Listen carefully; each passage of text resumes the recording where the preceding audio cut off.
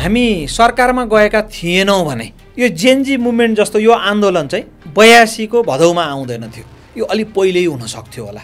नवजवान युवाहरूले भ्रष्टाचार अन्त्य र सुशासनका लागि गरेको आन्दोलनमा घुसपेट गर्नुभयो, नेताहरूको घर जलाउनसम्म पुग्नुभयो।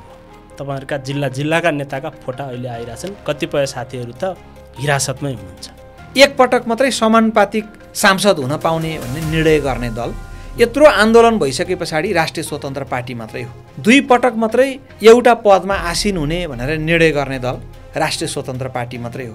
रवि लामिछानेको मुद्दा टुङ्गिएन, उहाँ हिरासतमै रहिराख्नुभयो भने पनि महाधिवेशन हुन्छ। प्रतिशोधै हुनुपर्छ, अन्याय नै हुनुपर्छ, रवि लामिछाने जेलमै सड्नुपर्छ भन्ने हो भने त म त्यसमा थप कुरा राख्न चाहन्न। बालेन्द्र शाहसँग पनि बसेर संवाद गर्नु पर्यो भनेर धेरै मान्छेहरूले प्रयत्न गर्नुभएको, तर नसक्नु भएको होइन, उहाँलाई भेटेर संवाद गर्न नपाउनु भएको भन्ने गुनासो चाहिँ मेरो पनि रह्यो। उहाँमाथि अन्याय पनि हो भन्ने, अनि अन्याय भएको मान्छे चाहिँ पूर्वपक्षको लागि थुनामा छ त्यो कारणले पनि भने अरू चाहिँ सिङजुरु त पलाउनु भएन नि त। अन्याय भएको मान्छेलाई त न्याय दिनेतर्फ चाहिँ संवाद गर्नु पर्यो। कविन्द्रजी, यहाँलाई नेपाल शोमा स्वागत छ। एकदम धेरै धन्यवाद छ। कस्तो भयो चितवन बैठक? चितवन बैठक चाहिँ सौहार्दपूर्ण सम्पन्न भयो भन्छु मैले। त्यसको अब यो असाध्यै चाहिँ सफलतापूर्वक यस्तो उस्तो भन्नेमा मेरो त्यस्तोमा कहिले पनि त्यो एक्सट्रिम युज हुँदैन। त्यो कारणले सौहार्दपूर्ण सम्पन्न भयो र एउटा अहिलेको तरल राजनीतिक अवस्थामा पार्टीलाई दिशानिर्देश गर्ने कामहरू भएको छ। विशेष गरी निर्वाचन लक्षित भएर पार्टी जानुपर्ने भन्ने कुरा थियो र त्यसैमा बढी छलफलहरू भएर अगाडि बढेको छ। 3टा डकुमेन्ट आयो के अरे होइन, कार्यवाहक सभापतिको पोलिटिकल, तपाईँको साङ्गठनिक र हाम्रो सहमहामन्त्री विपिनजीको यो निर्वाचन सम्बन्धी उम्मेदवार छनौट सम्बन्धी र डाक्टर स्वर्णिम अग्लेज्यूको चाहिँ यो बाचापत्रको खाका पनि त्यहाँ प्रस्तुत भएको छ।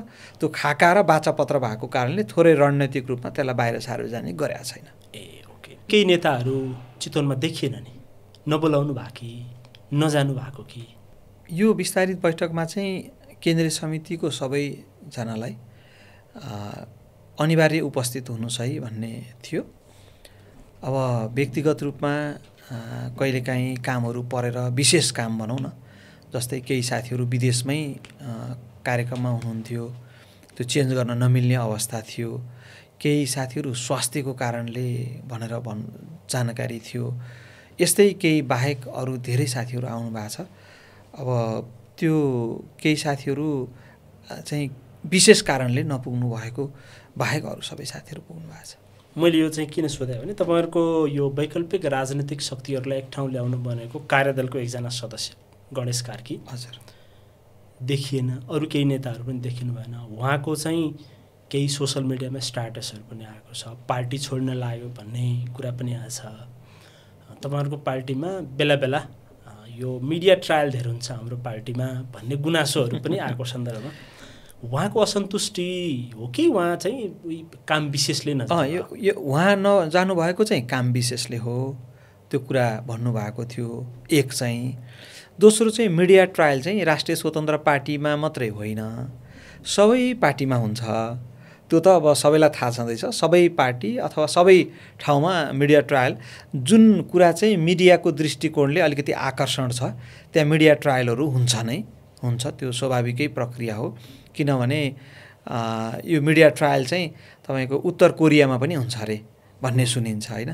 त्यो कारणले गर्दाखेरि त्यो नहुने कुरा छैन।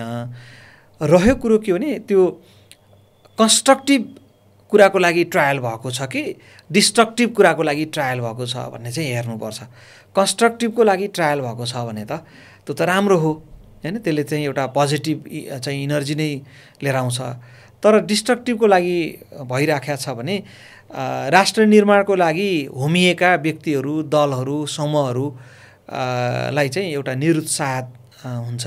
त्यो निरुत्साहन भइसके पछाडि गर्न सक्ने, गर्न पर्ने कामहरूमा पनि कमी आउन सक्छ। यो चाहिँ म सम्पूर्ण यस्तो अब ट्रायल गर्ने यस्तो साथीहरूलाई चाहिँ मैले बारम्बार भने पनि हुन्छु कि ट्रायल गरिहाल्दाखेरि पनि अलिक कन्स्ट्रक्टिभ गरौँ है होइन, डिस्ट्रक्टिभ हिसाबको चाहिँ नगरौँ है भनेर भने हुन्छु। त्यो चाहिँ त्यो अब मिडिया भएको देशमा हैन। अब फेरि हाम्रो के छ भने यो बोल्न पाउने वाक स्वतन्त्रता मजाले भएको र जे बोल्दाखेरि पनि लगभग कारबाही नहुने, सरकारले पनि कारबाही नगर्ने, समाजले पनि यस्तै हो यो मान्छे भन्ने यस्तो देखिन्छ नि। यसलाई अलिकति हामीले एउटा मूल्य मान्यतामा आधारित समाज निर्माण गर्न सकिन्छ कि भन्ने, मुलुक निर्माणको चाहिँ आयतनमा यो पनि हाम्रो पर्छ। तपाईँहरूभित्र हुने मिडिया ट्रायल चाहिँ कन्स्ट्रक्टिभ भन्दा बढी डिस्ट्रक्टिभ हो?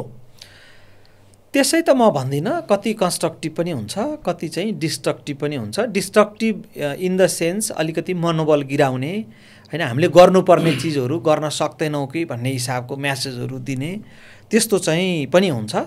अब कामना त त्यस्तो नहोस् भन्ने हो, तर सबैले कहाँ रुचाउँछन् र हैन, कसैले त यसलाई सिद्ध्याउँ भन्ने हिसाबमा पनि ट्रायलहरू भएको हुनसक्छ। त्यो त हामीले बिस्तारै व्यवस्थापन गरेर पचाउँदै जाने हो।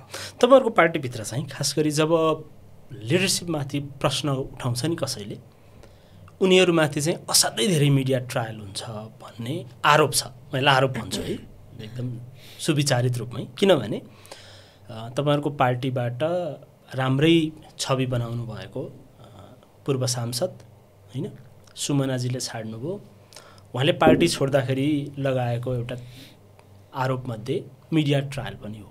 डाक्टर तोसीमा कार्की तपाईँहरूको पार्टीको पूर्व सांसद, उहाँले पनि मेरो विषयलाई लिएर असाध्यै धेरै मिडिया ट्रायल भयो भनेर असन्तुष्टि जनाइराखेको पाउँछौँ हैन।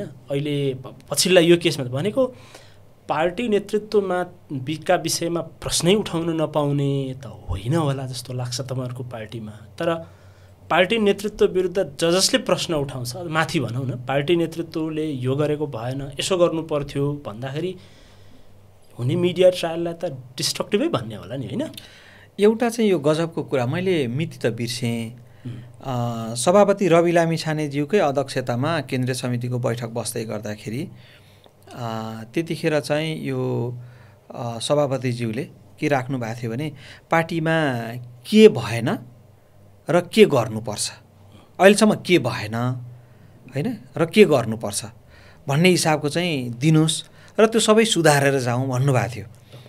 त्यो चिजहरू कन्स्ट्रक्टिभ थियो हैन। अब हामीले चाहिँ त्यसरी जानुपर्नेमा यो भएन है पार्टीमा, यसको सट्टा यसको बदलामा यो गर्नुपर्छ भनेर पार्टी विधिभित्र छलफल गरेर जानुपर्नेमा त्यसो नभइकन अनि बाहिर भइसके पछाडि त्यसमा चाहिँ अहिले सामाजिक सञ्जाल यति धेरै हाबी छ, त्यो सामाजिक सञ्जालबाट गाली र ताली दुइटै पाइहालिन्छ हैन, त्यो स्वतः पाइन्छ। मैले आज यो संवाद गर्दै गर्दाखेरि यसलाई सार्वजनिक गर्नु भएपछि मैले गाली र ताली दुइटै पाउँछु। कति चिजहरू यसले ठिक भन्यो भनेर गाली ताली पाइन्छ, कति चिजहरू चाहिँ अब मैले कति चिज त चाहिँ भन्नलाई चाहेर पनि मैले यो फोरम चाहिँ उपयुक्त होइन भनेर पनि मैले रोकेको हुन्छु नि त, त्यस्तोमा चाहिँ यसले भनेन भनेर पनि गाली पाइन्छ अथवा भनेको चिज ठिक भएन। त्यो कारणले गर्दाखेरि सभापतिज्यूले नै के भएन र के गर्नुपर्छ लिखित रूपमा ल्याउनुहोस् भन्दाखेरि एकजना साथीहरूको पनि आएन। तर साथीहरूले फेरि अर्को बैठकमा चाहिँ पार्टीको यो भएन यसो भएन भन्ने मात्रै, गर्नुपर्ने चाहिँ के हो त्यसलाई लिपिबद्ध गरौँ र गर्ने पनि त फेरि हामी नै होला नि त, पार्टीको केन्द्रीय समिति नै होला भनेर सभापतिज्यूले चाहिँ त्यो भन्नुभएको गर्नुभएको। मलाई लाग्छ यो पछिल्लोचोटि चाहिँ को बैठकमा गर्नुभएको थियो, फागुनतिरको बैठक हो जस्तो लाग्छ मलाई। अनि त्यो लिखित रूपमै पनि हामीले सर्कुलर गऱ्यौँ तर आएन। त्यो कारणले गर्दाखेरि चाहिँ अब हामीले ध्यान दिनुपर्ने के भने अब यो टिमवर्क हो, पार्टी भनेको टिमवर्क हो, एउटाले मात्रै निर्देशन दिएर हुँदैन, धेरैको विचारहरू मन्थन गरेर त्यहाँबाट निष्कर्षहरू निस्केर आएको हुन्छ। कति विचारहरू अल्पमतमा पर्न सक्छन् हैन, 100 जना बसेर छलफल गरेको ठाउँमा 2-4 जनाले चाहिँ हैन म चाहिँ यसो होइन भन्यो भने 2-4 जनाको कुराले चाहिँ अहिले त्यहाँ एडजस्ट गरेर जाउँ भनेर मिलाइएको हुन्छ। त्यो कारणले सबका सब आवाजहरूले लेख्न थाल्यो भने त दस्तावेज मात्रै बन्छ, काम त हुँदैन। त्यो कारणले हाम्रो पार्टीको काम दस्तावेज मात्रै बनाउने होइन, कागज मात्रै बनाउने होइन, काम पनि गर्ने हो भन्ने हिसाबमा चाहिँ गएको कारणले गर्दाखेरि हामी त्यतातर्फ अलि बढी केन्द्रित भएर काम गरिराखेका हुन्छौँ। र पछिल्लोचोटि मिडिया ट्रायल चाहिँ कसरी हुन्छ भने तपाईँको सत्ताले चाहिँ मिडिया ट्रायल गर्छ, त्यो पार्टी सत्ताले पनि गर्न सक्छ यदि त्यो पार्टी सत्ताको चङ्गुलमा मिडियाहरू छ भने। तर मलाई लाग्दैन राष्ट्रिय स्वतन्त्र पार्टीको त्यसरी चाहिँ चङ्गुलमा चाहिँ मिडियाहरू छ भन्ने मलाई लाग्दैन होइन। अब मिडिया ट्रायल चाहिँ सरकारमा बसेकाले सरकारी मिडियाहरू मार्फत गर्ने या प्रतिपक्षमा बसेकाहरूले पनि चाहिँ सरकारको अथवा चाहिँ राजनीतिमा अर्को पक्षहरूलाई चाहिँ एउटा आफ्नो पक्षको मिडियालाई चाहिँ प्रयोग गरेर ट्रायल गर्ने यस्ता चिजहरू हुन्छन्। तर यदि ट्रायल गरेको हो भने त त्यो त फेरि चाहिँ यस्तो लोकतान्त्रिक मुलुकमा त खुलिहाल्छ नि भन्ने पनि लाग्छ मलाई। बरु के भने सूचनाहरू चुहाउने, त्यो चाहिँ सूचना चाहिँ समयभन्दा अगावै बाहिर ल्याइदिने अनि काम गर्ने नेतृत्वलाई अप्ठ्यारो पारिदिने यस्तो चिजहरू चाहिँ अब देखिन्छ, त्यो भइ पनि राखेको छ। त्यस्तो चिजहरू नहोस् भन्ने चाहिँ कामना हो। तर अब मिडिया ट्रायल नै त अब मिडिया ट्रायल कुन चाहिँ मिडियामा भएको छ, के छ, कसो छ भनेर हेऱ्यो भने त्यो देखिहाल्छ। त्यसमा हामीले स्वीकार पनि गर्नुपर्छ, यस्तो कामहरू गर्न हुँदैन भनेर जानु पनि पर्छ। यो चाहिँ कस्तो देखिने रहेछ भने तपाईँको कुरा सुन्दाखेरि प्रश्न गर्ने ठाउँमा हुँदाखेरि जति सजिलो फिल हो, जब उत्तर दिने ठाउँमा पुगिन्छ प्रश्न मन नपर्ने चाहिँ मानवीय स्वभाव पनि होला कि होइन। जस्तो काङ्ग्रेसमा हेर्नुहोस्, कम्युनिस्टमा हेर्नुहोस् होइन, उहाँहरू पहिला पार्टीभित्र प्रतिपक्षी भूमिका खेल्नुहुन्थ्यो, नेतृत्वमा पुगेपछि अरूले प्रश्न गरेको मन पराउनुहुन्न थियो होइन। त्यो धेर थोर मात्रा मात्रै होला, उसो भए हामी सबैमा त्यो भएको पनि हुन सक्ने भयो होइन। फाइन, यो विषयभन्दा अलिकति अब तपाईँहरूको यो बैठकमै केन्द्रित हुँदा चाहिँ यो तपाईँहरूको बैठकका डकुमेन्टहरू यसो पढ्दाखेरि भदौ 23 अगाडिको रासोपा र भदौ 23 पछाडिको रासोपामा खास धेरै परिवर्तन आवश्यक छैन भन्ने न्यारेटिभ अलि बढी सेट भएको देखियो। किन यस्तो लागेको तपाईँहरूलाई? यो परिवर्तन दुईवटा एङ्गलबाट हेर्नुपर्छ। एउटा चाहिँ वैचारिक हिसाबले होइन, पार्टीको वैचारिक लाइन, वैचारिक कुरा, नीतिगत कुराहरू एउटा। अर्को चाहिँ साङ्गठनिक हिसाबले, सङ्गठन कसरी बन्छ, सङ्गठनको मूल्य मान्यता के हो, मर्यादा के हो, आचार संहिता के हो भन्ने हिसाबले हेर्नुपर्छ जस्तो लाग्छ। अहिले राष्ट्रिय स्वतन्त्र पार्टी बन्दै गर्दाखेरि पुरानो दल, विशेष गरी अब हामी काङ्ग्रेस, एमाले, माओवादी लगायतको राप्रपा यो लगायतको दलहरू हेर्दाखेरि चाहिँ 3 पटक रिफर्म हुँदाखेरि जहाँ आइपुग्छन् नि त्योभन्दा अगाडि छ राष्ट्रिय स्वतन्त्र पार्टी। हामीले त्यसरी त्यतिखेरको चाहिँ अनुभवबाट, सिकाइबाट, अरू दलहरूको कमजोरीको सिकाइबाट हामीले पार्टी निर्माण गऱ्यौँ। आज एकपटक मात्रै समानुपातिक सांसद हुन पाउने भन्ने निर्णय गर्ने दल यत्रो आन्दोलन भइसके पछाडि राष्ट्रिय स्वतन्त्र पार्टी मात्रै हो। 2 पटक मात्रै एउटा पदमा आसीन हुने भनेर निर्णय गर्ने दल राष्ट्रिय स्वतन्त्र पार्टी मात्रै हो। यत्रो आन्दोलन भइसके पछाडि न नयाँ खोलेका दलले त्यो निर्णय गर्न सकेका छन्, न पुरानो दलको रिफर्मको छलफल हुँदै गर्दाखेरि त्यहाँ आउन सकेका स्थिति छ। हाम्रो पार्टी त्यो हिसाबमा चाहिँ जन्म भएर आएको कारणले नै त चाहिँ यत्रा साथीहरू आकर्षण भएर यो पार्टीमा जोडिएको हो नि त। त्यो कारणले गर्दाखेरि, तर फेरि यसको मतलब यो होइन कि हामी चाहिँ अगाडि बढ्ने सन्दर्भमा हाम्रो पुरानो 79 असार 7को कुरा जे हो त्यति होइन। धेरै चिजहरू हामीले चाहिँ परिमार्जन गरेर जानुपर्छ। जस्तै हामीले युवालाई हेर्ने दृष्टिकोण योभन्दा अगाडि चाहिँ युवालाई प्राथमिकतामा राखेर जाने भन्ने थियो। अब हामीले चाहिँ कसरी सकिन्छ समावेशै गरेर जाने भन्ने हिसाबमा हामी पुगिसकेको स्थिति छ। युवाका मुद्दाहरूलाई चाहिँ सबै तहमा उठाउने भन्ने हिसाबको कुरा सँगसँगै के छ भने यसलाई चाहिँ छरितो तहबाट पनि लिएर जाने भन्ने यस्ता कुराहरू छ। हाम्रो पार्टीको युवा तथा खेलकुद विभागलाई चाहिँ हामीले कसरी जेनजीहरू समेटिने गरी नेतृत्वमै आउने गरी गर्न सकिन्छ भनेर गृह कार्य गर्नलाई विस्तारित बैठकमै हामीले त्यो कुराहरू उठाएका छौँ। त्यसमा कामहरू अब प्रारम्भ हुन्छ। अनि यो सबै चिजहरूलाई हेर्ने हो भने वैचारिक हिसाबले हामी चाहिँ कहीँ अप्ठ्यारो छ, बोटलनेकहरू छ भने त्यसलाई हामीले खुलाएर जानुपर्छ भन्ने हिसाबमा हामीले काम गरिराखेका छौँ। जेनजी आन्दोलन पछाडि हामीले यो चिजहरू राम्रोसँग विचार गरेका छौँ। साङ्गठनिक हिसाबले जेनजी अब हामीले त 84 को चुनाव मात्रैको कुरा थियो होइन, यो 82 मै चुनाव हुँदै गर्दाखेरि चाहिँ निर्वाचन केन्द्रित सङ्गठन निर्माणहरू जस्तै हाम्रो 4400 वडाहरूमा बनाउने बाँकी छ। हामी त्यसमा जानुपर्छ। साथीहरू छन्, बोलाइराखेका छन्, हामी त्यहाँ जानुपर्छ भन्ने हिसाबमा साङ्गठनिक रूपमा छरितो गर्नुपर्यो, छिटो गर्नुपर्यो। यो भयो होइन। 280-90 वटा पालिकाहरूमा काम गर्नुपर्ने छ, त्यसमा जाने कुरा हो। 3टा जिल्लामा चाहिँ सङ्गठन समिति बनाउनु पर्ने छ, त्यसमा जाने कुरा हो। रिक्त पदपूर्तिहरू प्रदेशको समिति, प्रदेशका विभागहरूदेखि लिएर केन्द्रको विभागहरू छ, त्यसमा जाने कुराहरू भयो। योग्य व्यक्तिहरूलाई छनौट गर्दाखेरि चाहिँ ध्यान दिनुपर्ने कुराहरूमा अलिकति परिमार्जन गर्नुपर्ने गर्नुपर्ने कुराहरू भयो। यो सारा चिजहरूमा हामीले पछिल्लोचोटि चाहिँ विस्तारित बैठकमा चाहिँ हामीलाई आफैले स्वमूल्याङ्कन गरेर कुराहरू प्रस्तुत गरेका छौँ। हाम्रो प्रतिवेदनहरूमा त्यो देख्नुहुन्छ। हामीले सब ठिक छ, केही गर्नु पर्दैन भनेको छैन। हामीले सुधार्नुपर्ने कुराहरू धेरै छ, सुधारेर जानुपर्छ भनेर भनेका छौँ र चुनाव केन्द्रित हुनु पर्यो र चुनावको सकिएको 6 महिनाभित्र चाहिँ महाधिवेशन गर्नुपर्छ भनेका छौँ। रिफर्म चाहिँ तपाईँ कम्युनिस्ट नेताहरूले चाहिँ आफू माताहतको समितिहरू रिफर्म गर्छ। तपाईँको चाहिँ प्रधानमन्त्रीले आफ्नो सचिवालयहरू रिफर्म गर्छ। एउटा व्यक्तिले गर्न सक्छ रिफर्म चाहिँ। लोकतान्त्रिक पार्टीको चाहिँ महाधिवेशन हुन्छ, त्यसैले रिफर्म गर्छ। यो विषयमा पनि हामीले राम्रोसँग छलफल गरेर अगाडि यसमा अलिकति मैले यो सोध्नुको कारण चाहिँ 79 को इलेक्सनमा तपाईँहरूले जुन मत पाउनुभयो त्यो गजब थियो होइन। त्यो तपाईँहरूलाई एउटा अल्टरनेटिभ फोर्सकै रूपमा हेरेको होइन। पोलिटिकल चाहिँ एनालिस्टहरूले भनि नै आछन् कि त्यो तपाईँहरूले जे गर्नुभयो त्यो अद्भुतै थियो। तर त्यसपछि के गर्नुभयो भन्ने चाहिँ मेजर प्रश्न होला होइन। जनताले त मत दिएर पठाए हो, तर त्यसपछि तपाईँहरूले जे गर्नुभयो आज यो भदौ 23-24 को दिन आउनुका पछाडि सबैभन्दा भूमिका यी प्रमुख दलहरूका जति छन् त्योभन्दा तपाईँहरूको कम छैन। जनताले प्रतिपक्षमा बस, जे एजेन्डा उठाएका थियौ त्यसको लागि खबरदारी गर भनेर पठाएको पार्टी कहिले यता कहिले उता मिलेको छ, कहिले सत्तामा पुगेको छ, कहिले प्रतिपक्षमा आएको छ। फगत पार्टी सभापतिको एउटा मुद्दाको पछाडि कुदेको छ। त्यसले गर्दाखेरि वैकल्पिक भनिएको शक्ति साँचो अर्थमा वैकल्पिक भएनन् भनेर युवाहरू सडकमा आएका हुन्। त्यसकारण रासोपाले आफ्नो औचित्य साबित गरेको भए त यी जेनजी आउनै पर्दैन थियो नि। रासोपा भित्रै थिए नि त ती भोइस भनेर चाहिँ भन्नेहरूको विषय चाहिँ तपाईँहरूले यो सोच्नु पर्ने रहन्छ भन्ने लागेन? यो चाहिँ एउटा मनोज्ञ कुरा छ। हामीले दोस्रो पटक सरकारमा चाहिँ नगएको भएदेखि राम्रो हुन्थ्यो भन्ने हिसाबमा हाम्रो एउटा चाहिँ आफ्नै समीक्षा छ। त्यो छ।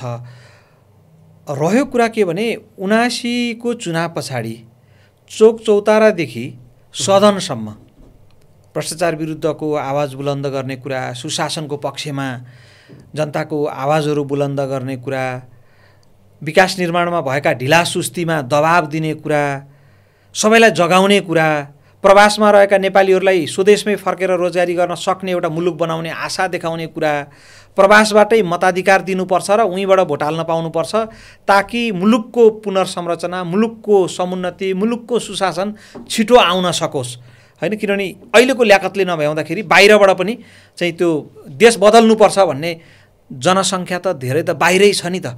बाहिरबाट पनि मत दिएर त्यसको पक्षमा देश बदल्नुपर्छ, देश बनाउनुपर्छ भन्ने पक्षमा आओस् भन्ने हिसाबको कुरामा हामीले राम्रोसँग गृह कार्य गरेरै कामहरू गरेका थियौँ। त्यो कारणले गर्दाखेरि यो बिचमा हाम्रो तर्फबाट भएको कमी कमजोरीको अपजस त हामी लिन्छौँ नै। त्यसमा त हामी भाग्ने उम्किने त्यो कुराहरू हुँदैन होइन। यो तर हाम्रो सँगसँगै के छ भने हामी सरकारमा पनि गएर जुन एउटा अनुभव प्राप्त गऱ्यौँ, यो भोलिको दिनमा त फेरि प्रयोग होला नि त। हामी सरकारमा गएर जस्तै अघि नाम लिनुभएकै केही साथीहरू सरकारमा गएर अनुभव प्राप्त गर्नुभयो होइन। यसरी गर्न सकिन्छ भनेर हामीले 2-4वटा कुराहरू गरेर देखायौँ।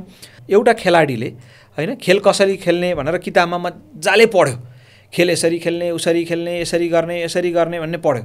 अब मैदानमा लिएर गएर पढेको कारणले गर्दाखेरि एकैचोटि खेल त खेल्न सक्दैन भने हाम्रो त्यो अनुभव चाहिँ अबको चाहिँ दिनमा धेरै काम लाग्ने भन्ने हामीले ठानेका छौँ। हामी सरकारमा बस्दाखेरि गर्न कोसिस गरेका कुराहरू, गर्न नसकेका कुराहरू कसरी अगाडि बढाउने भन्ने चिजहरू र अहिले नागरिक सरकार बन्दै गर्दाखेरि पनि उहाँहरूले काम गर्न नसक्नुको पछाडि के हो भने उहाँहरू सरकारमा अनुभव प्राप्त हुनुहुन्न थियो र चाहिँ ब्युरोक्रेसीले कसरी काम गरिराखेका छ र चाहिँ हामीले के सोचिराखेका छौँ भन्ने चिजहरू राष्ट्रिय स्वतन्त्र पार्टीसँग चाहिँ त्यो अनुभव छ। एउटा अपेक्षा चाहिँ दृष्टिकोणबाट अलिकति फरक पर्न गयो, तर अर्को दृष्टिकोणबाट हेर्ने हो भने त्यो एउटा चाहिँ अनुभव हामीले लिएका छौँ र अबको चाहिँ एउटा सुव्यवस्था कायम गर्नको लागि यो अनुभव असाध्यै धेरै महत्त्वपूर्ण हुन्छ भन्ने लाग्छ। अनुभवको भार ठुलो छ कि तपाईँहरूले प्रतिपक्षी भूमिका निर्वाह गर्न नसक्दा आज मूल्याङ्कन गर्ने हो भने चाहिँ अनुभवको भार ठुलो हुन्छ। भनेको सरकारमा गएर धेरै ठुलो गल्ती भयो भने लाग्दैन। केही गल्तीहरू भए तर त्यसलाई हामीले चाहिँ एउटा अनुभवको हिसाबले हेर्ने हो भने त्यो गल्तीभन्दा धेरै चिजहरू त्यसो भए जेएनजी मुभमेन्ट चाहिँ 3 दलको मात्रै नालायकीले भएको, त्यसमा रासोपाको भागमा चाहिँ केही पर्दैन? एउटा चाहिँ के हो भने हामी सरकारमा गएका थिएनौँ भने चाहिँ यो जेएनजी मुभमेन्ट जस्तो यो आन्दोलन चाहिँ 82 को भदौमा आउँदैन थियो, यो अलि पहिल्यै हुन सक्थ्यो होला। 79 मा हामीले चाहिँ चुनाव लड्यौँ, 79 को पुसमा हामीले पहिलोचोटि गयौँ हैन, दोस्रोचोटि हामी चाहिँ 79 कै 80 को चाहिँ फागुनतिर गयौँ। अनि हामी त्यो बिचमा सरकारमा नगएको थियो भने चाहिँ मलाई चाहिँ के लाग्छ भने त्यो 81 को चाहिँ अन्त्यतिर नै सायद त्यो मुभमेन्टहरू आउन सक्थ्यो जस्तो लाग्छ मलाई, हामी सरकारमा नगएको थियो भने। त्यसो हो भने त यो मुभमेन्टले तपाईँहरूको पनि विकल्प खोजेको त हो रहेछ नि हैन? यो कन्क्लुजन मैले भने त्यो चाहिँ त्यतिखेरको मुभमेन्ट चाहिँ हाम्रै नेतृत्वमा हुन्थ्यो, हामीले नै नेतृत्व गरेर अगाडि बढ्थ्यौँ त्यो मुभमेन्ट त्यतिखेरको चाहिँ हैन, किनभने त्यो उठाएका मुद्दाहरू त्यो थियो भने अब अहिलेकोमा चाहिँ के भने एजेन्डाहरू त्यही नै रहे हैन। त्यो त्यही नै रहँदाखेरि चाहिँ राष्ट्रिय स्वतन्त्र पार्टीले उठाएको कुरामा चाहिँ राष्ट्रिय स्वतन्त्र पार्टीले मात्रै यसलाई टुङ्गोमा पुर्याउन सकेको देखिएन भनेर युवाहरू सडकमा आएको हो नि त। हामीले त जस्तै सामाजिक सञ्जालमा जुन प्रतिबन्ध लगायो र भ्रष्टाचार विरुद्धको त हामीले केसहरू फाइलै गरेको अवस्था थियो, त्यो कारणले यसमा राष्ट्रिय स्वतन्त्र पार्टीले उठाएको मुद्दामा चाहिँ थप बल प्राप्त हुने गरी आन्दोलन भयो। त्यो भएर म यसमा चाहिँ यो एजेन्डाको हिसाबले र उपस्थितिको हिसाबले हामी त भदौ 22 मै तपाईको नैतिक समर्थन गरेर यो भ्रष्टाचार विरुद्धको आन्दोलन र सामाजिक सञ्जालमा लगाइएको प्रतिबन्ध विरुद्धको आन्दोलनमा राष्ट्रिय स्वतन्त्र पार्टी शान्तिपूर्ण आन्दोलनमा नैतिक समर्थन गर्दछ र हाम्रो साथीहरूलाई पनि पार्टीको झण्डा, लोगो, ब्यानर बिना चाहिँ उपस्थित हुन सम्भव हुने साथीहरू उपस्थित हुनुहोस्, आन्दोलनमा ऐक्यबद्धता जारी गर्नुहोस् भनेर हामीले विज्ञप्ति नै जारी गरेका थियौँ नि त। आफ्नो मुद्दा छोडेर आफू अन्त बरालिएको होइन, हामी मुद्दा छोडेका छैनौँ। युवाहरू सडकमा आएको बेलामा त्यही हुलमुलमा घुसेर हामी त आफ्नै मुद्दा लिएर सदनमै तपाईको प्रतिरोध गरिराखेकै अवस्थामा यो आन्दोलन भयो। तपाईहरुले भ्रष्टाचार विरुद्धकै मुद्दा तपाईहरुमाथि विश्वास भएको भए त यत्रा युवा सडकमा आउनै पर्दैन थिए, युवाले ज्यान गुमाउनै पर्दैन थियो नि, होइन र? हामीमाथि विश्वास नभएको भएदेखि हामीले गरेको नैतिक समर्थन र हाम्रो साथीहरूको उपस्थिति, त्यस पश्चात हामीले चालेका कदमहरू, यो आन्दोलनका उपलब्धिहरूलाई संस्थागत गर्नेतर्फ हामीले चाहिँ राखेका प्रस्तावहरू छलफलै हुँदैन थियो नि त। यो किन भइराखेको छ भने देश त एउटा पक्षले मात्रै बनाउन सक्दैन, परिवर्तनका पक्षधरहरू मिलेर देश बनाउने हो हैन। एउटा मात्रै पक्षले हामी नै देश बनाउँछु, मेरो रोडम्याप क्लियरली यो हो भनेर यदि 79 असारको 7 अगाडि कोही आएको थियो भने त हामी जस्ता व्यक्तिहरू त उहाँहरूलाई नै समर्थन गरेर सँगसँगै हिँडिहाल्थ्यौँ नि। त्यो कारणले आजको मितिसम्म आउँदाखेरि स्पष्ट मुलुक निर्माणको स्पष्ट खाका चाहिँ लिएर आएर अगाडि टेबलमा राखेर वार्ता, संवाद, छलफल, चोक चौतारादेखि सदनसम्म उपस्थिति जनाएको त राष्ट्रिय स्वतन्त्र पार्टी छ। र आज पनि के छ भने अहिले परिवर्तनको सम्भाग जो साथीहरू सडकमा आएर आन्दोलन गर्नेदेखि लिएर समर्थन गर्ने सम्मका साथीहरू हुनुहुन्छ, उहाँहरूसँग त हामी संवादै गरेर डोर ओपनै गरेर छलफल गरिरहेछौँ। कति साथीहरू बिचमा पार्टीमा जोइन हुनुभएको पनि देखिराख्नु भएको छ हामीले सामाजिक सञ्जालहरूबाट। मात्रै के भनेको छैनौँ भने यो पुरानो यो पार्टीबाट या यो अभियानबाट किन भनेको छैनौँ भने त्यसले चाहिँ गर्दाखेरि त्यही अभियान त्यही पार्टीमा भएका साथीहरूलाई अलिकति ठेस नपुगोस् भन्ने हिसाबमा छ। आज पनि हामीले 2-3टा समूहसँग संवाद गरेका छौँ कतिपय साथीहरू, किनभने यो मुलुक निर्माणको लागि त हामीले गर्ने त्यागै हो हैन। एउटा त्याग गर्दाखेरि कस्तो छ भने यो केही पाएपछि त्याग गर्ने होइन कि त्याग गरेर मात्रै जाने चाहिँ राजनीति रहेछ। यो समाजसेवाभन्दा धेरै माथिको कुरा। जेएनजी मुभमेन्ट पछाडि तपाईँहरूमाथि लागेको गम्भीर आरोप भनेको चाहिँ नवजवान युवाहरूले भ्रष्टाचार अन्त्य र सुशासनका लागि गरेको आन्दोलनमा घुसपेट गर्नुभयो, नेताहरूको घर जलाउनसम्म पुग्नुभयो। तपाईँहरूका जिल्लाका नेताका फोटा अहिले आइरहेछन्, कतिपय साथीहरू त हिरासतमै हुनुहुन्छ। तपाईँले भनिरहेको आन्दोलनको नैतिक समर्थन भन्दा त घुसपेट पो देखियो त। होइन, हामीले शान्तिपूर्ण आन्दोलनमा चाहिँ ऐक्यबद्धता जनाउने, समर्थन गर्ने, सहभागी हुने भन्ने कुरा हो शान्तिपूर्ण। अब तर 23 गतेको शान्तिपूर्ण आन्दोलनमा सरकारले जसरी दमन गर्यो, जसरी नरसंहार गर्यो, स्कुल कलेजका युवाहरूमाथि ताकी छातीमा, कञ्चटमा, टाउकोमा गोली हानेर नरसंहार गर्यो। त्यसको घोर भर्त्सना पनि गर्छौँ र त्यो भर्त्सना गर्दै गर्दाखेरि त्यो एउटा घटना हुँदै गर्दाखेरि आक्रोश त भोलिपल्ट 24 गते देखियो नि त। त्यो आक्रोश देखिसकेपछि त्यो आक्रोशले त के गर्यो भन्ने एउटा कुरा हुने स्वाभाविकै हो। किन्तु आक्रोशले त मान्छेले त चाहिँ रिसमा बेद पर्दैन हैन। त्यो कारणले गर्दाखेरि आक्रोशहरू भए, त्यसमा सङ्केत दिनेहरू, त्यसमा दमन गर्नेहरू, अनि यो देशको चाहिँ ढुकुटी लुट्नेहरू, भ्रष्टाचार गर्नेहरू, भ्रष्टाचार गरेर पनि फेरि जनतालाई दमन गर्नेहरू प्रति त जनता त आक्रोशित हुने भए।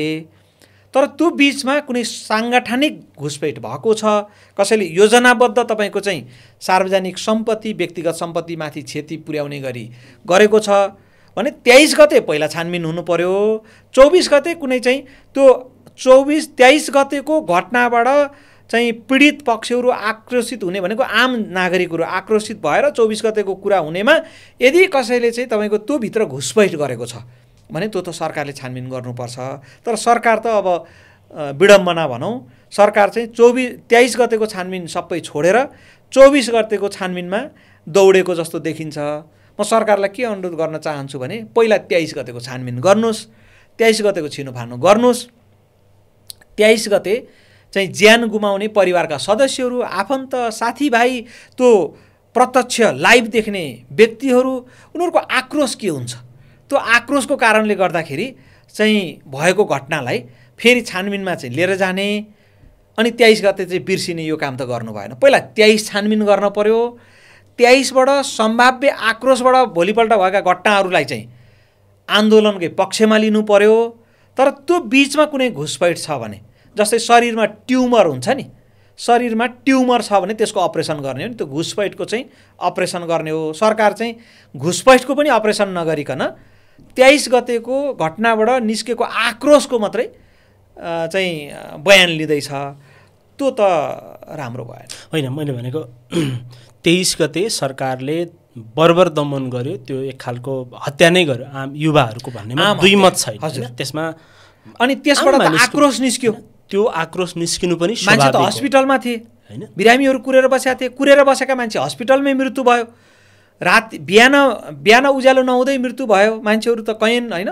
तपाईँको चाहिँ त्यो हामीले त पहिला त 1-2 जना मात्रै होला भनेको एकैचोटि चाहिँ 15, 16, 19, 22 यसरी हुँदै गयो नि त। अनि त्यो हुँदै जाँदाखेरि मान्छेको जुन आक्रोश बढ्दै गयो, त्यो आक्रोशको कारणले भोलिपल्टको घटनाहरू भयो। किनभने सरकार त आनन्दसँग फेरि त्यो 23 गतेको बेलुका चाहिँ सरकारको प्रवक्ता सञ्चार मन्त्रीले हाँसेर हैन यस्तो घटनाहरू हुन्छन् के छन् यो चिज भन्ने हिसाबमा जुन एउटा हल्लुका रूपमा लिनुभयो, त्यसको पनि त परिणाम हो नि त। त्यो त रातभरमा चाहिँ तपाईँको चाहिँ ट्रोल भयो हैन, त्यो विरुद्ध जनताहरू सङ्गठित भए।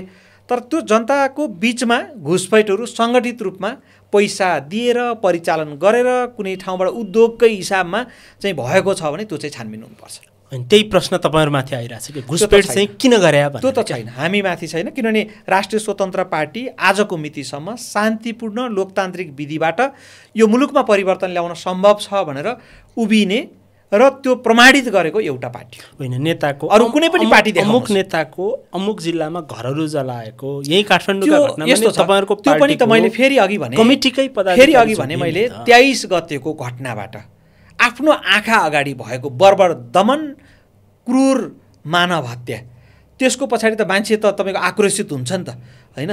एउटा व्यक्तिलाई सामान्यतया बिना गल्ती एक चड्कन मात्रै लगायो भने अर्को मान्छे परबाट दौडेर गएर त्यो एक चड्कन लगाउने मान्छेलाई चाहिँ कुट्छ भने त्यो मान्छे नै त्यही आफ्नो तपाईँको चाहिँ काखमा चाहिँ मान्छेले त्यहाँ गोली लागेको मान्छे बोकेर हिँडेको छ हैन। त्यो एउटा पक्ष भयो। तर त्यो आक्रोशमा घुसपैठ भएको छ भने राष्ट्रिय स्वतन्त्र पार्टीमाथि त्यस्तो घुसपैठको आरोप लागेको छैन। यहाँलाई म क्लियर गराउन चाहन्छु। यसरी अहिले 1-2 जना व्यक्तिहरू राष्ट्रिय स्वतन्त्र पार्टीका सयौं व्यक्तिहरू समातेको छ सरकारले 24 गतेको। तर 23 गतेको सबै टुलु हेरेर बसेको छ। सरकारसँग त्यो ताकत नभएको हो भने हामीलाई भन्नु पर्यो, त्यो छानबिनको लागि हामीसँग ताकत भएन, तपाईँहरूको पनि साथ चाहियो भन्नु पर्यो, औपचारिक रूपमा भन्नु पर्यो। त्यो ताकत हामी दिनको लागि प्रयत्न गर्छौँ।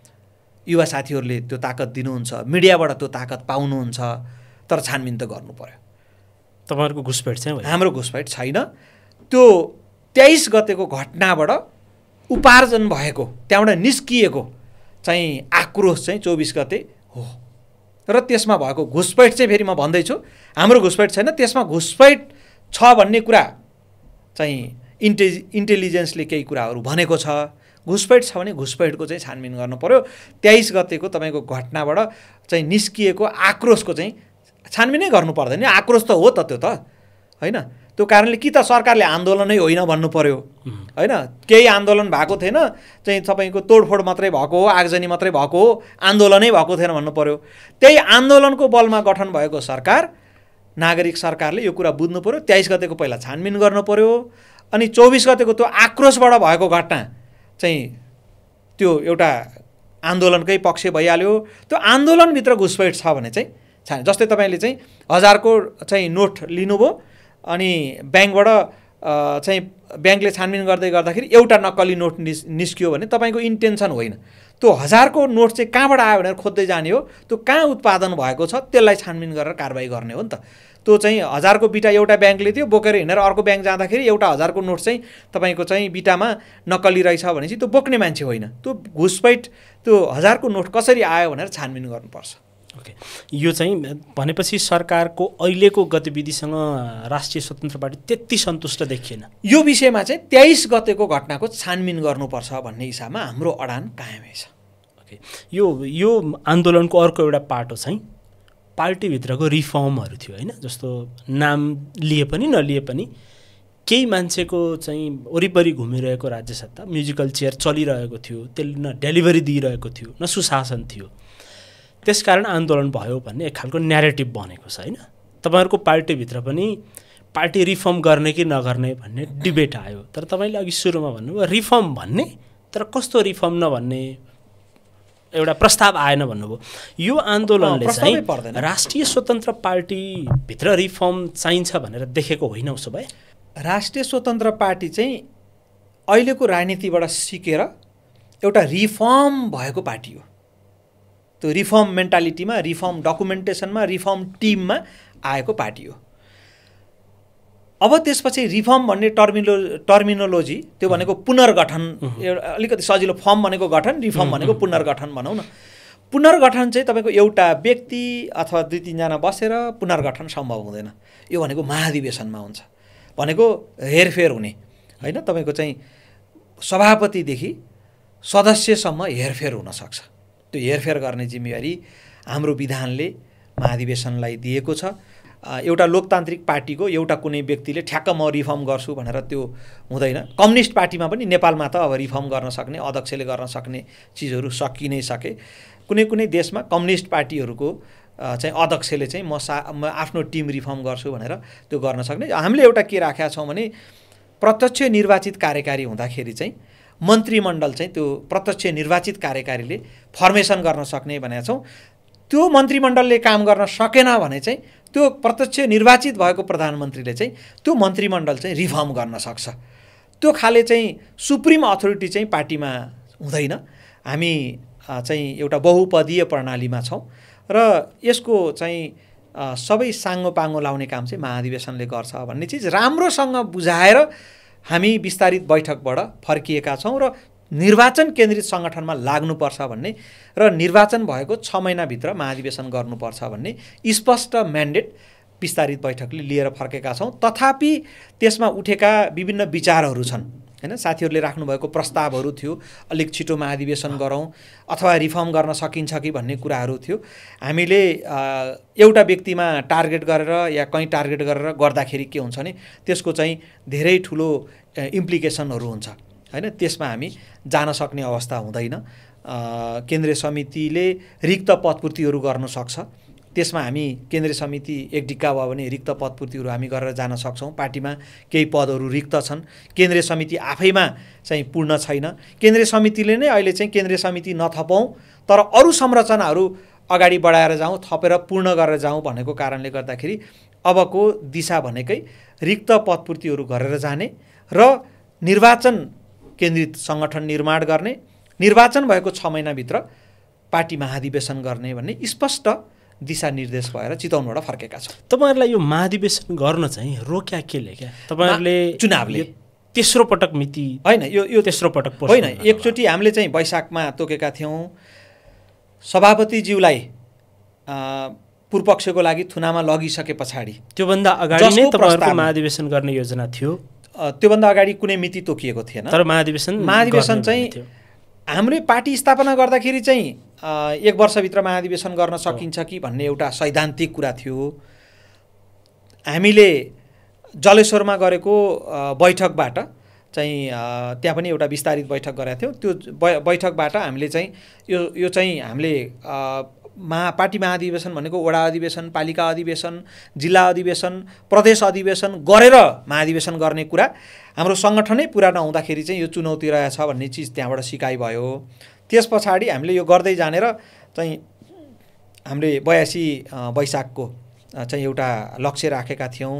तर पार्टी सभापतिज्यूलाई जसको प्रस्तावमा हामीले चाहिँ महाधिवेशन गर्ने भनेका थियौँ, उहाँलाई फेरि चाहिँ अब यो जालझेल गरेर जुन हिसाबले चाहिँ उहाँलाई पूर्वपक्षको लागि थुनामा पठाउने हिसाबमा सरकारले प्रयत्न गरेर अदालतको आड भरोसा लिएर गर्यो।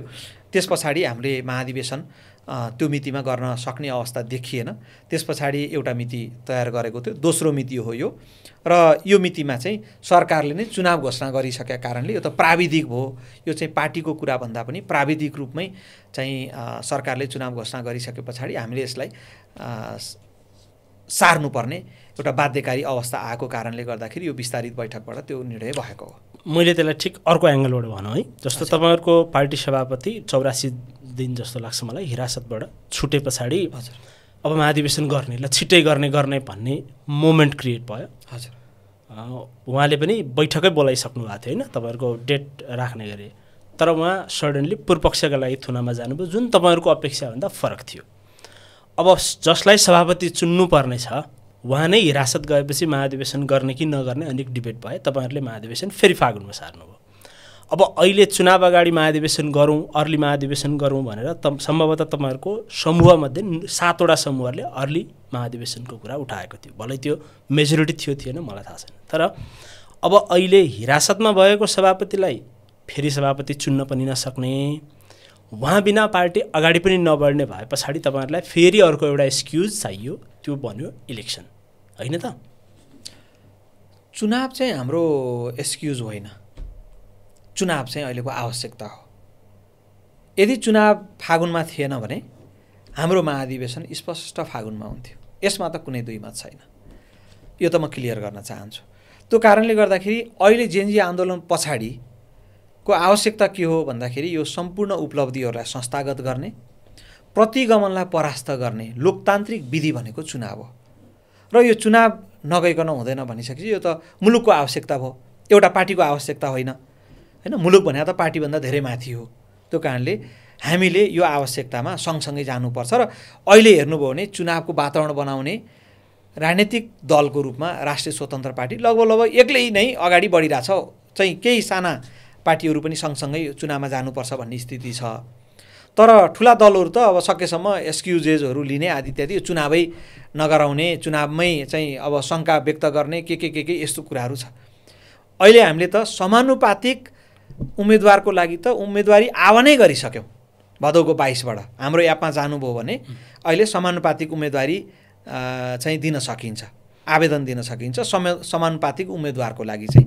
भनेपछि हामी यो रफ्तारमा काम गरिराख्दाखेरि हामी उम्मेदवार पनि तयार गर्दै जाने, उम्मेदवारहरूलाई चाहिँ केही प्रशिक्षण पनि गर्दै जाने, हामी सबै त्यता काम गर्दै जाने, अनि महाधिवेशन चाहिँ कसरी गर्न सक्छ भन्ने प्रश्न त उठिहाल्छ। तर महाधिवेशनतिर लाग्यौँ भने चुनावमा तपाईँको चाहिँ कमजोरीहरू देखिन्छन्, चुनावमा गर्नुपर्ने कामहरू गर्न नसकेको देखिन्छ। र हामी जुन ब्याटल लड्दैछौँ प्रतिगमनका विरुद्ध, भ्रष्टाचारका विरुद्ध, कुशासनका विरुद्ध, त्यो ब्याटलमा त हामी कमजोर हुने भयौँ। भनेपछि हाम्रो फोकस चाहिँ महाधिवेशनबाट केही पदाधिकारी निर्वाचित गर्ने कुरा हो कि राम्रा मान्छेलाई उम्मेदवार बनाएर चुनाव जित्ने कुरा र अनि मुलुकको शासन बागडोर चाहिँ राम्रा मान्छेलाई सुम्पिने कुरा हो भन्दाखेरि हाम्रो दोस्रो चुनावमै फोकस हो भन्ने कुरा आइसकेपछि चुनावमा गएको। त्यो कारणले यो एक्सक्युजेस होइन, यो चाहिँ मुलुकको आवश्यकताको कारणले हामी त्यहाँ पुग्यौँ। अब बेलुका राति 9, 10, 11, 12 बज्दै गएपछि चाहिँ अब निद्रा लाग्यो भन्ने एक्सक्युज हो कि साँच्चै निद्रा लागेर सुत्नुपर्ने, स्वास्थ्य चाहिँ कायम गर्नुपर्ने कुरा हो भन्दा त स्वास्थ्य नै कायम गर्नुपर्ने कुरा हो नि त, होइन? त्यो कारणले गर्दाखेरि अहिलेको आवश्यकता चाहिँ भएको कारणले गर्दाखेरि चुनावमा हामी बढी केन्द्रित हौँ। तर जस्तो तपाईँहरूले जे भनिराख्नु भएको छ चुनावभन्दा पार्टीभित्र पनि त चुनाव इलेक्सनबाट आउनु पऱ्यो नि त। तपाईँहरूको तदर्थ कमिटीको भरमा चल्नु भएको छ। तपाईँ पहिला एउटा पदमा हुनुहुन्थ्यो, महामन्त्री रिक्त भएपछि तपाईँलाई फेरि महामन्त्री बनाइयो। अहिले पनि तपाईँहरू पदाधिकारी मनोनित गर्दै हुनुहुन्छ, होइन? यही बेलामा पनि सहमहामन्त्रीको प्रस्ताव आएको थियो, भलै त्यो पास भएन। पार्टी चाहिँ तदर्थ कमिटीको भरमा चलाइराख्नु पर्ने, किनभने अमुक व्यक्तिलाई अप्ठ्यारो पर्छ भनेर, अनि गफ चाहिँ कुरा चाहिँ ठुला निर्वाचनको गरिराख्नु पर्ने, होइन? यो भने त प्रचण्डले चाहिँ उही म त अध्यक्ष होइन संयोजक भए नि भन्नु। 36 साल म जन्मेको वर्षदेखि राजनीतिमा त्यो दलको या चाहिँ नेतृत्व गर्दै आउनु भएको प्रचण्ड आज म 45-46 वर्ष हुँदै गर्दाखेरि पनि अध्यक्ष नै हुनुहुन्छ। अनि हामी यो सब सारा पार्टीहरूको सिकाइबाट बनाएको पार्टी, यो बिचमा 3वटा संसदीय उपनिर्वाचन सहितको 3वटा भयो, एउटा स्थानीय तहको निर्वाचन उपनिर्वाचन भयो, 4वटा निर्वाचन हामीले झेल्नुपर्ने। हाम्रो सभापतिमाथि चाहिँ प्रतिशोधपूर्ण झुटा मुद्दा लगाएर उहाँलाई चाहिँ कस्टडीमा राखिने र अहिले चाहिँ पूर्वपक्षको लागि थुनामा हुनुहुन्छ। अनि यो बिचमा चाहिँ हामीले गर्नुपर्ने भनेका चिजहरू गर्न पनि नभ्याएको अवस्था, सङ्गठन निर्माणकै प्रक्रिया नभ्याएको अवस्थामा कानुनले नै दिएको छ कि पार्टी स्थापना भएको 5 वर्षमा महाधिवेशन गर भनेर। कैयन पार्टीहरूले अर्कोसँग मिलेको देखाएर 5 वर्षमा नि महाधिवेशन नगरेर तन्काएर लिएर जाने। हामी चाहिँ त्यो सीमाभित्रै महाधिवेशन गर्नुपर्छ भनेर एउटा चाहिँ पार्टी निर्माणकै क्रममा राख्दाखेरि चाहिँ अहिले तपाईँले भन्नुभएको चिजहरू चाहिँ यो स्केप हुने के हुने प्रचण्डसँग तुलना गर्ने भने त यो त तुलनै मिलेन जस्तो लाग्छ मलाई। नम्बर 1 त। नम्बर 2 हामी संस्थापक साथीहरू नै पार्टीमा अहिले चाहिँ छौँ। अरू साथीहरूलाई पनि जोडेर हामीले सदनसम्म पनि लिएर गयौँ, केन्द्रीय समितिमा पनि हुनुहुन्छ। अहिले हामीले काम गरिराखेका छौँ र यो प्रक्रियामा चाहिँ हामीले पार्टीलाई एउटा मजबुत बनाएर ल्याउने दिशातर्फै काम गरिराखेको र महाधिवेशन पनि गरेर जाने चाहिँ जुन एउटा कार्यतालिकामा हामीले काम गरिराखेका छौँ, मलाई लाग्छ यो नै उत्तम विकल्प हो नयाँ पार्टीको लागि। अब होइन नयाँ पार्टी तिमीहरू चाहिँ खोल्ने बित्तिकै तुरुन्तै 1 महिनामै हामी 1 महिनामा नि त महाधिवेशन गर्न सक्थ्यौँ। त्यतिखेर त हामी नै चुनिने हो नि त। 1 महिनामा 2 महिना 4 महिनामा महाधिवेशन गऱ्यौँ भनेर आउँदाखेरि त महाधिवेशनको लागि महाधिवेशन नभइकन पार्टी जुन प्रक्रिया जुन कामको लागि चाहिँ गठन भएको हो त्यो काममा हामी बढी फोकस छौँ र पद हाम्रो लागि प्यारो भन्ने चिज रहेन। पद त हामीले अहिले पनि त के भनेको छौँ भने आन्दोलन पश्चात चाहिँ कोही पनि चाहिँ राम्रा मान्छेहरू आउँदै गर्दाखेरि त हामी तदर्थै अवस्थामा पनि हामी चाहिँ हाम्रा पदहरू दिएर राम्रा मान्छेहरूलाई चाहिँ पार्टीमा लिएर अगाडि बढ्नलाई तयार छौँ भनेर त भनि नै राखेका छौँ। भनेको अब निर्वाचनको 6 महिनामा चाहिँ महाधिवेशन हुन्छ हुन्छ भित्र इफ 6 महिना भित्र इफ रवि लामिछानेको मुद्दा टुङ्गिएन, उहाँ हिरासतमै रहिराख्नुभयो भने पनि महाधिवेशन हुन्छ। रवि लामिछानेको मुद्दा टुङ्गिनुपर्छ। उहाँमाथि अन्याय भएको छ। अघिल्लो सरकारले प्रतिशोध साँधेर उहाँलाई चाहिँ 5-5वटा जिल्लामा 5-5 ठाउँमा घुमाएर 5-5वटा मुद्दा होइन राति सुत्न लागेको मान्छेलाई उठाएर गरेको यो चिज त मैले व्याख्या गरिराख्नुपर्छ जस्तो लाग्दैन। रवि लामिछाने आफ्नो पेसा सबै चिजलाई त्यागेर यो त्यो पेसामा हुँदै गर्दाखेरि पनि तपाईँको चाहिँ मुलुकमा भएको व्यथिति विरुद्ध उहाँले यत्रो आवाज उठाएर आउनुभयो। उहाँकै चाहिँ जोडबलमा पार्टी यहाँसम्म पुगेको पनि अवस्था हो। भलै अहिले पार्टीमा थुप्रो नेता साथीहरू जन्मिनु भएको छ, उहाँले जन्माउनलाई प्रयत्न गर्नुभएको छ, सेकेन्ड टायर लिडरहरू जन्मिनु भएको छ, अगाडि बढाइराखेका छौँ। यो सबै हुँदै गर्दाखेरि पनि चाहिँ उहाँमाथि भएको प्रतिशोधै हुनुपर्छ, अन्याय नै हुनुपर्छ, रवि लामिछाने जेलमै सड्नुपर्छ भन्ने हो भने त म त्यसमा थप कुरा राख्न चाहन्न।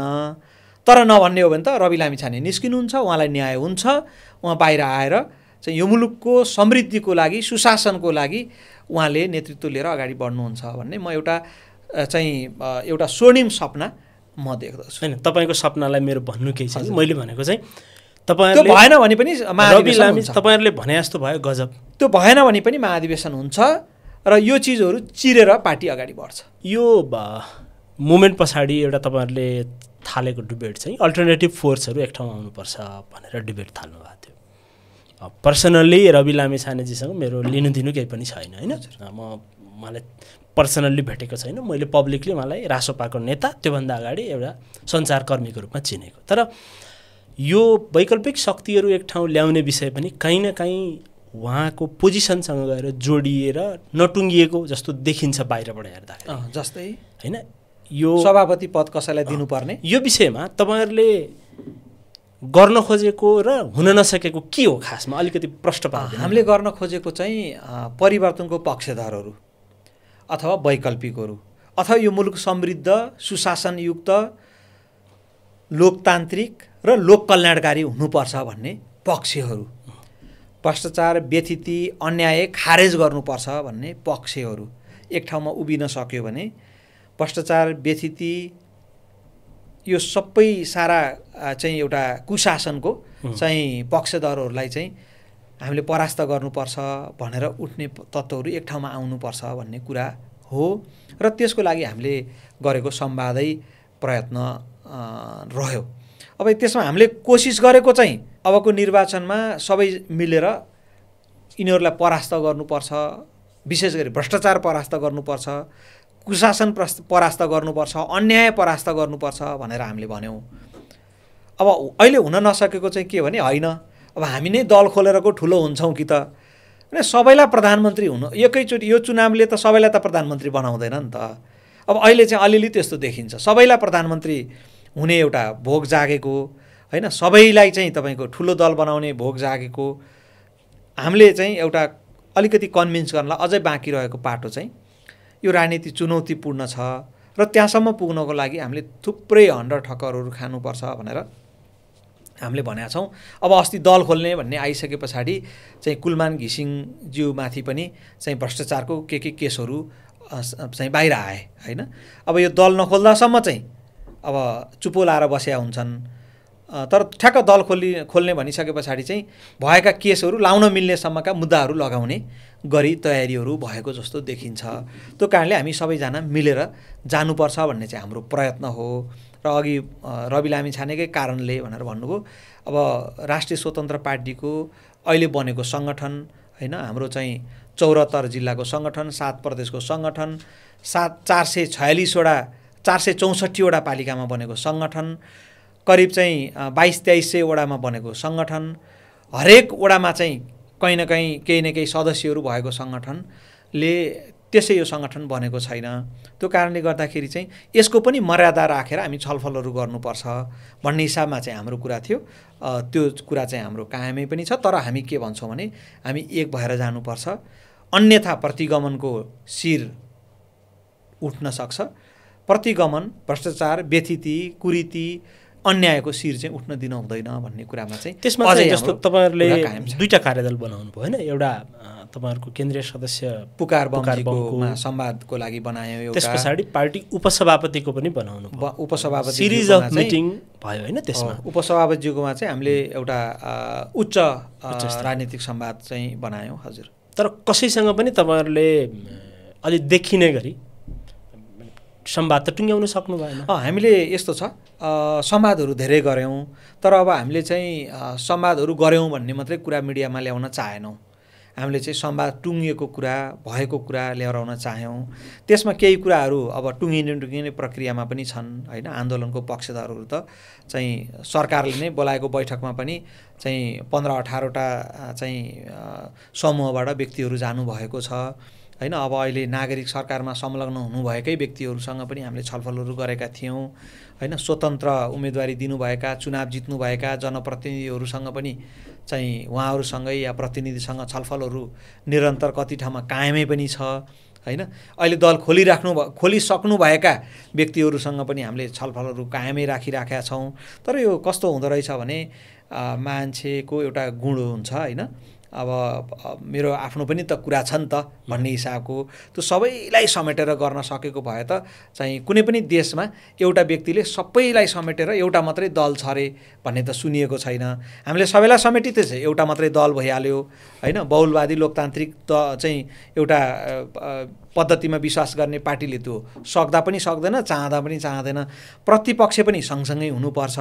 तर हामीले समेट्न खोजेको चाहिँ परिवर्तनको पक्षधरहरूलाई समेट्ने प्रयास जारी नै छ। यसमा लुकाउनु पर्ने के छ र? तपाईँहरूले समेट्न चाहेको काठमाडौँ महानगरपालिकाका मेयर बालेन शाह र उनको समूह, अहिले 3-3वटा मन्त्रालय सम्हाल्नुभएका नेपाल विद्युत प्राधिकरणका पूर्व एमडी कुलमान घिसिङको समूह र जेन्जी समूह, जसको अलिक देखिने जो यो मुभमेन्टबाट नेताका रूपमा राइज भएका धेरै साथीहरू, यो 3टा पक्ष त हो।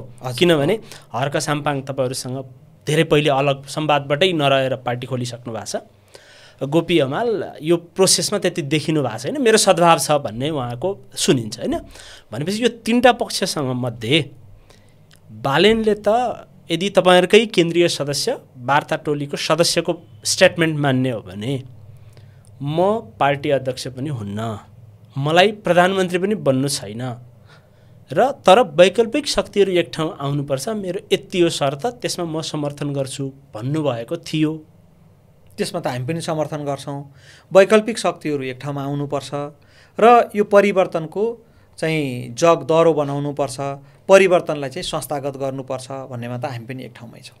तर उहाँको समर्थन किन आएन? कसरी? अब त्यो त अब उहाँको पनि कुरा सुन्नु पर्यो, सोध्नु पर्यो। हामी त भनिरहेछौँ नि, हामी एजेन्डामा कहाँनिर छलफल गर्नु पर्यो अथवा चाहिँ स्ट्रक्चरमा के गर्नु पर्यो भन्ने चिज त हामी गरिरहेछौँ नि त। त्यो हामीले हाम्रो तर्फको गर्ने काममा चाहिँ कन्जुसाइ गरे जस्तो लाग्दैन। हामीले चाहिँ बृहत राजनीतिक संवाद पनि गऱ्यौँ, धेरै साथीहरूलाई पनि लिएर आएर त्यहाँ छलफल गऱ्यौँ, कुराहरू पनि सुन्यौँ। त्यहाँ प्राप्त भएका कुराहरूलाई पनि हामीले वैचारिक रूपमा पनि ग्रहण गर्ने कुराहरू, साङ्गठनिक रूपमा पनि ग्रहण गर्ने कुराहरू हामी गर्छौँ, गर्ने हो पनि भनिराखेका छौँ होइन। त्यो कारणले गर्दाखेरि हामीले विस्तारित बैठकलाई पनि केही समय, 1 हप्ता हामीले सार्यौँ होइन। एउटा त प्राविधिक कारण थियो, चाहिँ एउटा त्यो मेलाको कारणले, सुरक्षाको दृष्टिकोणले, अर्को चाहिँ यतापट्टि केही रिजल्ट आइको हाल्छ कि भनेर पनि हामीले विस्तारित बैठकलाई सारेको हो। तर त्यो बिचमा पनि सकेन। अब सबैले चाहिँ अब एउटा चाहिँ व्यक्ति केन्द्रितमा गएर भन्दा पनि एउटा वैचारिक चाहिँ हिसाबले छलफल संवादहरू हामीले प्रयत्न गऱ्यौँ। कतिमा चाहिँ अब व्यक्ति केन्द्रित जस्तो पनि आयो। त्यसमा चाहिँ के लाग्छ भने अब हामी सबैजना व्यक्ति केन्द्रित मात्रै, अब अहिले त पार्टीको त स्ट्रक्चर छ नि त हाम्रो, त मैले अघि भने नि त हाम्रो त 2300-2300 वडामा सहित स्ट्रक्चर छ होइन। त्यो स्ट्रक्चर कहाँ भत्काउनु पर्यो त? त्यो भत्काउने सन्दर्भमा त प्रस्ताव आयो भने ल यहाँ भत्काउँ र यहाँ यसो गरौँ भन्ने प्रस्ताव आए त हामी त्यसमा छलफल गरेर अगाडि बढाइहाल्छौँ नि पार्टीको नेतृत्वको हिसाबले त। तर त्यो पनि नआउने एकदम अमूर्त कुराहरूले मात्रै भएन। अब पार्टी नेतृत्वको कुरामा केही कुराहरू अलिअलि आएको बाहिर चाहिँ यहाँहरूले पनि थाहा पाए, सबै मिडियातिर अलिअलि खासखुस कुराहरू आएको। तर के भने हामीले चाहिँ पार्टीको नेतृत्वभन्दा पनि अरू कुराहरूमा पहिला छलफल गरौँ, अरू कुराहरूमा बहस गरौँ। अनि अरू कुराहरू मिल्यो भने त धेरै कुराहरू मिल्दै गइसके पछाडि त तपाईँको चाहिँ केन्द्रीय समिति कसरी मिलाउने, के गर्ने भन्ने पनि त हामी छलफल गर्न सक्छौँ भन्ने कुरा थियो। अन्त चाहिँ केन्द्रित भएन, खालि त्यही नेतृत्वमा अड्कियो, त्यतातिर मात्रै गएको कारणले गर्दाखेरि चाहिँ हो भन्ने पनि अलिअलि लाग्छ होइन। अहिले अब पछिल्लोचोटि त एउटा दल निर्माण गर्न कति कठिन रहेछ भन्ने त अहिले नयाँ खोलेका दलमा पनि चाहिँ म चाहिँ यसबाट बाहिरिएँ भन्ने सन्देशहरू आउन थाले होइन। यो दल इन्ट्याक्ट राखेर तलसम्म सङ्गठन बनाएर सङ्गठनलाई धानेर एउटा महाधिवेशनदेखि अर्को महाधिवेशनसम्म र एउटा निर्वाचनदेखि अर्को निर्वाचनसम्म दललाई इन्ट्याक्ट राखेर जानुमा आफैमा पनि त फलामको चिउरा रहेछ नि त। अहिले खोलेको नयाँ दल प्रमाणपत्र नै हातमा नपर्दैखेरि त्यहाँबाट मान्छेहरू निस्किसके। यो पनि के हो भने अब एउटा चरित्र पनि हुन्छ। चरित्र के हो भने हामीले चाहिँ भयङ्कर लडेर लोकतन्त्र लिएर आएको, लोकतन्त्रमा म किन सानो हुने भन्ने पनि हो कि जस्तो देखिन्छ। मलाई चाहिँ के लाग्छ भने त्यसो होइन। परिवर्तनलाई संस्थागत गर्ने र मुलुक बनाउने सन्दर्भमा हामी एक ठाउँमा हौँ।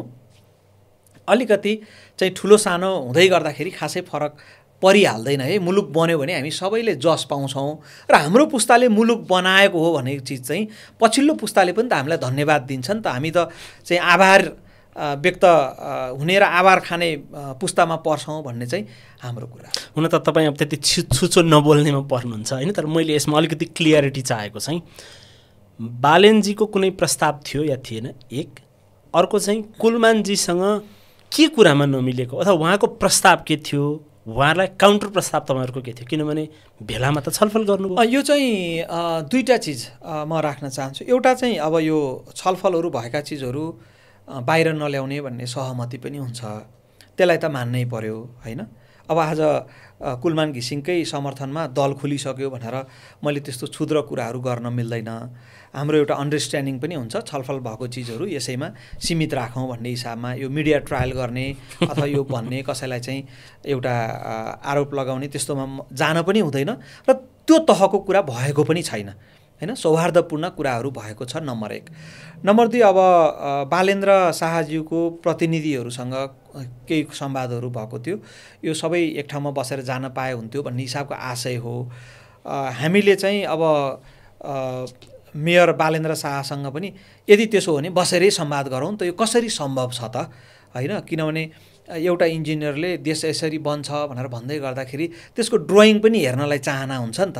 त्यो कारणले त्यो पनि चाहना चाहिँ खास अब मैले त म व्यक्तिगत रूपमा आज म खुलस्त भन्छु, बालेन्द्र शाहसँग पनि बसेर संवाद गर्नु पर्यो भनेर धेरै मान्छेहरूले प्रयत्न गर्नुभएको तर नसक्नु भएको होइन। उहाँलाई भेटेर संवाद गर्न नपाउनु भएको भन्ने गुनासो चाहिँ मेरो पनि रह्यो। मैले पनि त्यो सूत्र मार्फत बसौँ त त्यसो हो भने कुरा गरौँ भन्दाखेरि त्यो चाहिँ रहेन। अनि त्यो कारणले गर्दाखेरि स्टिल के हो भने संवादमा प्रयत्नहरू भए। अब हामी चाहिँ ढोका खुल्लै नै राखेका छौँ, हाम्रो ढोकाहरू बन्द छैन।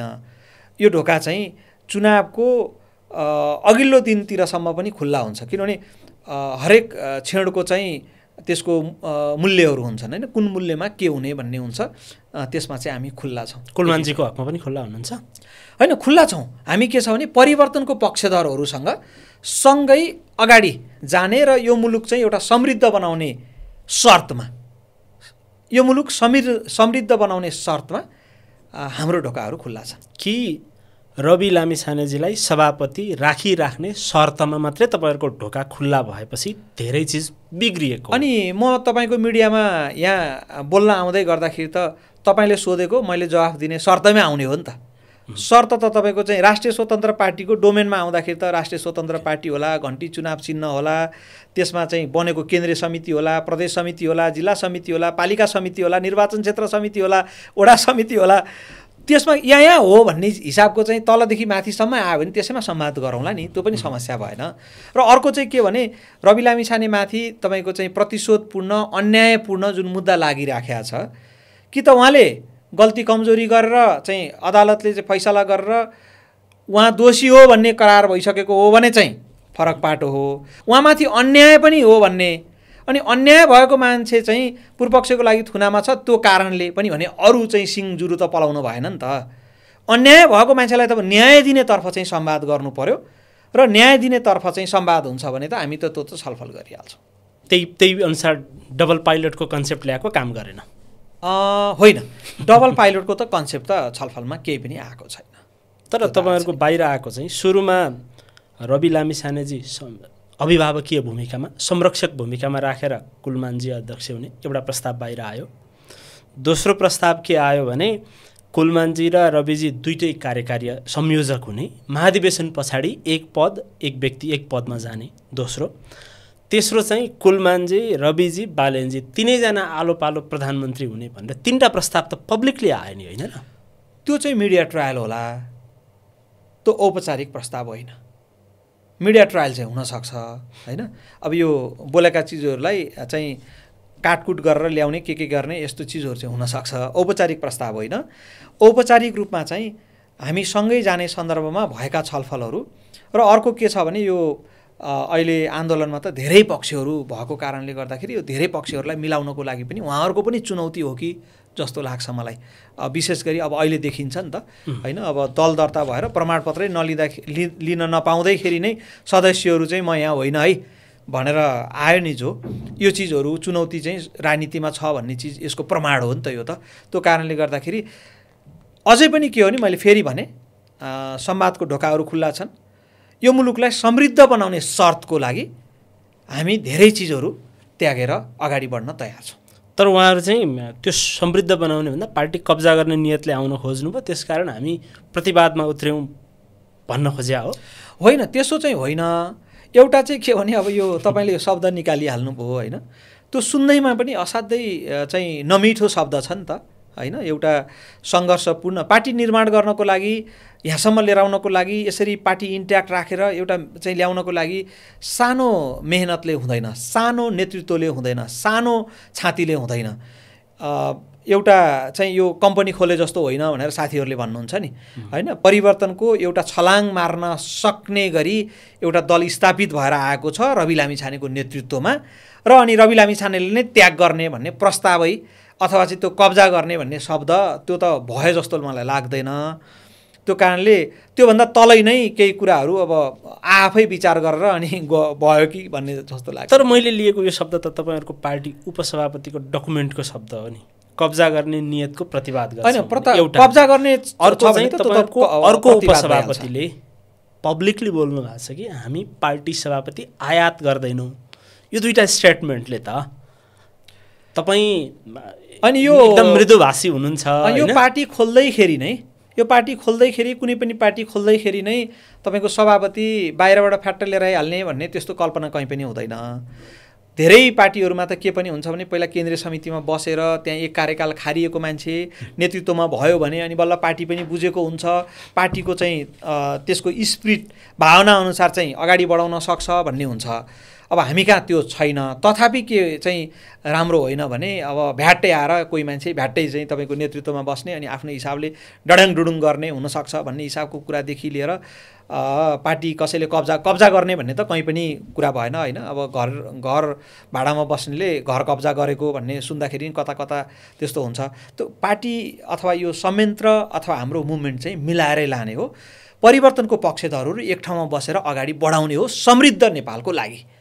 त्यो कारणले गर्दाखेरि म यसमा क्षुद्र भएर आदि इत्यादि त्यो गर्ने भन्दा पनि समृद्ध नेपाल निर्माणको लागि हामी एक ठाउँमा उभिनुपर्छ र यो मुलुक बनाएरै देखाउनुपर्छ, प्रतिगमनलाई परास्त गरेरै देखाउनुपर्छ। जेनजी मुभमेन्टको सबैभन्दा ठुलो चाहिँ अपेक्षा पनि यही नै हो र यो जेनजी मुभमेन्टको अपेक्षा पुरा गर्नको लागि हामी परिवर्तनका पक्षधरहरू एक ठाउँमा उभिएर यो मुलुकको समृद्धिको रेखा कोरेर देखाउनुपर्छ। अब त्यो चाहिँ दल एउटा बनाउने सपना त अब अलि टाढा टाढै देखियो, गठबन्धन चाहिँ गर्ने हो।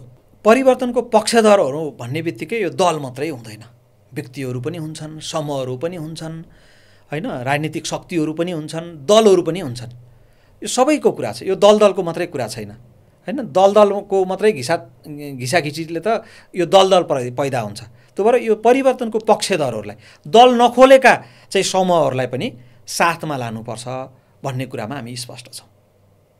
हुन्छ, हस्, समय र संवादका लागि धन्यवाद। अब राजकुमार जी, तपाईँले जुन एउटा भावना व्यक्त गर्ने, अहिले भइराखेका राजनीतिक र पार्टी गतिविधिका कुराहरूलाई चाहिँ राख्ने ठाउँ दिनुभयो, त्यसको लागि धेरै धेरै धन्यवाद छ। हस्, थ्याङ्क यू।